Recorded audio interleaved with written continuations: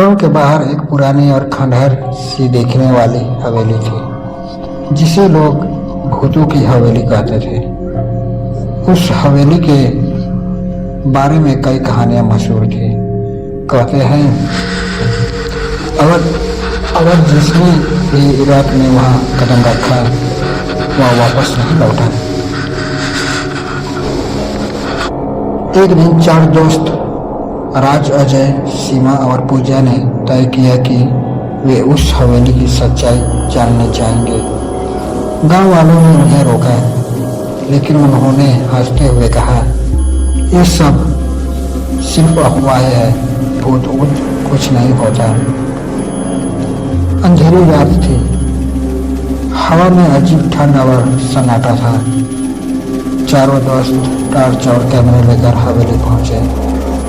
हवेली के टूटे फाटक से अंदर घुसते ही एक अजीब सी राहत उनके शरीर में दौड़ गई।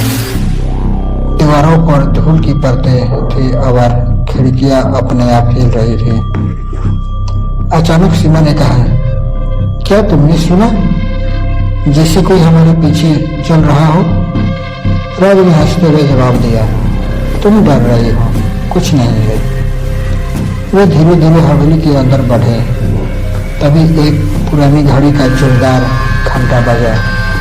सबकी सांसें थम गई। अजय ने कहा, यह घड़ी तो बंद थी, फिर यह बज कैसे रही है? अचानक उन्होंने सीढ़ियों पर किसी के पैरों की आवाज सुनाई दी। जब उन्होंने टॉर्च की रोशनी में देखा तो वहां कोई नहीं था। पूजा ने डरते हुए कहा, हमें यहाँ से निकलना चाहिए, लेकिन रॉय ने मना कर दिया। तभी एक कमरे का दरवाजा अपने आप खुला। भीतर से ठंडे हवा का झोंका निकला और एक धीमी मगर डरावनी हंसी सुनाई दी। चारों का दिल तेजी से धड़कने लगा। उन्होंने अंदर झांक कर देखा तो कमरे के बीचों बीच एक कुर्सी पर सफेद साड़ी में बैठी एक औरत थी, जिनके बाल बिखरे हुए थे और आंखें लाल चमक रही थी। सीमा चीख पड़ी और चारों भागने लगे, लेकिन दरवाजा बंद था। वो औरत कुर्सी से उठी और धीमे धीमे उनकी ओर बढ़ने लगी। हवेली में अजीब सी फुसफुसाहटें और चीखें गूंजने लगी। चारों दोस्त ने बचने की कोशिश की, लेकिन हवेली के दरवाजे और खिड़कियां जैसे किसी अदृश्य शक्ति ने बंद कर दी थी। अगली सुबह गांव वालों ने सुना कि हवेली से भयानक चीखें आ रही थी। जब वे वहां पहुंचे तो चारों दोस्त का कोई पता नहीं था। हवेली के बाहर उनकी टॉर्च और कैमरे पड़े थे।